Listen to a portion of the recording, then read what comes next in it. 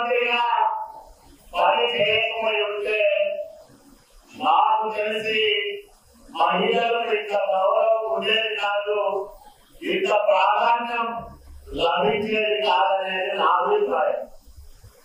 అది తప్పు కావచ్చు, రైతు కావచ్చు. ఎందుకు నేను మాట్లాడుతున్నానంటే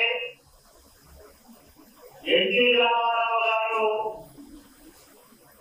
నా తెలుగుకి ఆడపడుచులనే ఆత్మీయంగా సంబోధిస్తూ ఏ కార్యక్రమానికి వెళ్ళినా, ఏ సభలు సమావేశాలు నిర్వహించినా మహిళలను ప్రత్యేకమైన భావనతో గౌరవంతో చూసేవాళ్ళు. ఆయన ఊరికే చూడమే కాదు, స్థానిక సంస్థల నిర్వహించినట్టు ఈరోజు కౌన్సిలర్లుగా, సర్పంచులుగా, ఎంపీటీసీలుగా, ఎంపీపీలుగా, జెడ్పీటీసీలుగా, జెడ్పీ చైర్మన్లుగా, మున్సిపల్ చైర్మన్లుగా, కార్పొరేషన్ల మేయర్లుగా మహిళలను చూడగలుగుతా ఉన్నామంటే దానికి ఆద్యులు బాధ్యులు ఎన్టీ రామారావు గారని మీ అందరికీ నేను గుర్తు చేస్తా ఉన్నా.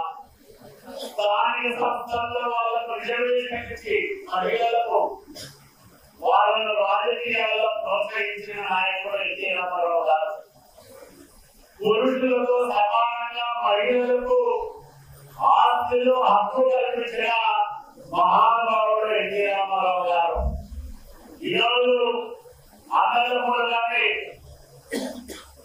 చివరికి అమ్మానాలు కానీ మనల్ని జాగ్రత్తగా చూస్తా ఉన్నారంటే మనకు అంతో ఇంతో పసుపు కుంకుమానికి డబ్బులు ఇస్తా ఉన్నారంటే ఎన్టీ రామారావు గారు పెట్టిన చట్టం వల్లనే మీ అందరికీ గుర్తు చేస్తా ఉన్నా. పిల్లలకి 3,000 నుంచి 4,000 వచ్చింది. దివ్యాంగులకు, వృద్ధులకు 4,000, దివ్యాంగులకు 6,000, వృద్ధులకు 4,000, మంచానికే పరిమితమైతే 15,000 వరకు ఇస్తా ఉన్నాం. ఈ రకంగా ఒక సహాయం జరిగింది ప్రభుత్వం నుంచి. రెండోది, ఏడాదికి 3 గ్యాస్ సిలిండర్లు ఉచితంగా ఇస్తా ఉన్నాం. అవి కూడా మహిళలకే డబ్బులు వస్తా ఉన్నాయి, మీ అకౌంట్లకే డబ్బులు జమ అవుతా ఉన్నాయి. మూడోది, అతి ముఖ్యమైనది తల్లికి వందనం. ఎంతమంది ఇప్పుడు ఒక చెల్లెలు చెప్పింది, మహిళకి చెల్లెలు 12 మంది పిల్లలకి తల్లికి వందనం డబ్బులు వచ్చాయి వాళ్ళ కుటుంబంలో. విధంగా 12 ఇంట్లో పట్టుకోవడానికి లెక్కేసుకొని ఎంత వస్తాయో.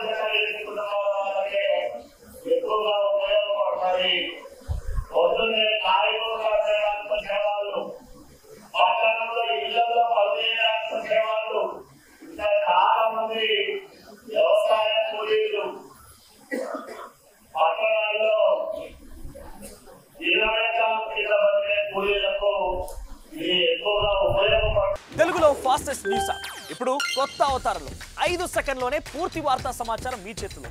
సోషల్ మీడియా ట్రెండ్స్ మీ కళ్ళ ముందుకే live TV and voice search ఆప్షన్స్తో ఇప్పుడే డౌన్లోడ్ చేయండి. యాప్ లింక్ డిస్క్రిప్షన్లో ఉంది.